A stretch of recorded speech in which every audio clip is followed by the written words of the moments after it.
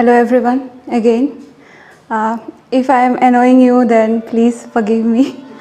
But this poem is dedicated to all the adventurous soul जो दुनिया में नई नई चीज़ों को एक्सप्लोर करना चाहते हैं, जो एवरेस्ट के चोटी पे चढ़ना चाहते हैं, जो केटू की हाइट है उसको नापना चाहते हैं। तो स्पेशली मैं एवरेस्ट क्लाइंबर के लिए ये पोएम लिखी हूँ। मैंने इमेजिन किया है कि उनकी ज़िंदगी कैसे कटती होगी। कविता का शीर्षक एक एवरेस्ट दिल में भी होगा। घर से निकलने को वो राही जब बस्ता समेटता होगा, एक जुनून सा सर पे और एक एवरेस्ट दिल में भी होगा। तन में ताकत, होठों पे मुस्कान और आँखों में कल्पनाओं के गीत रचता होगा। तिरंगे को समेट एवरेस्ट पहुँचाने का निश्चय करता होगा।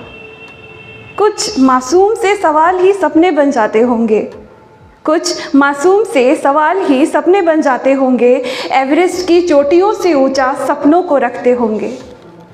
कोई आसमान की हदें जानना चाहता होगा, कोई हिमालय की महक को महसूस करता होगा, कोई सूरज की लाली को एवरेस्ट से झांकता होगा, कोई सफ़ेद बर्फ़ की चादर को कफन समझकर चलता होगा।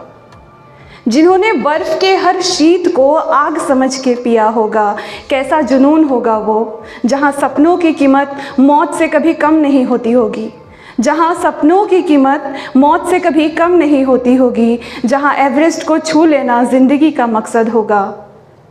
कितने ज़िद्दी ख्याल होंगे कि बदन के टुकड़े हो जाने पे भी शरीर हिमालय पे ही रहता है।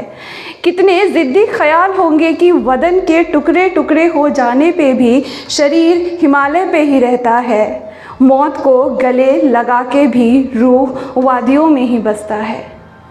इतना कुछ दांव पे लगा हो, इतना कुछ दांव पे लगा हो, पर हिमालय सर को ना झुका पाता होगा। ऐसे खुदगर्जी से जीने वालों का एक एवरेस्ट दिल में भी होगा। धन्यवाद।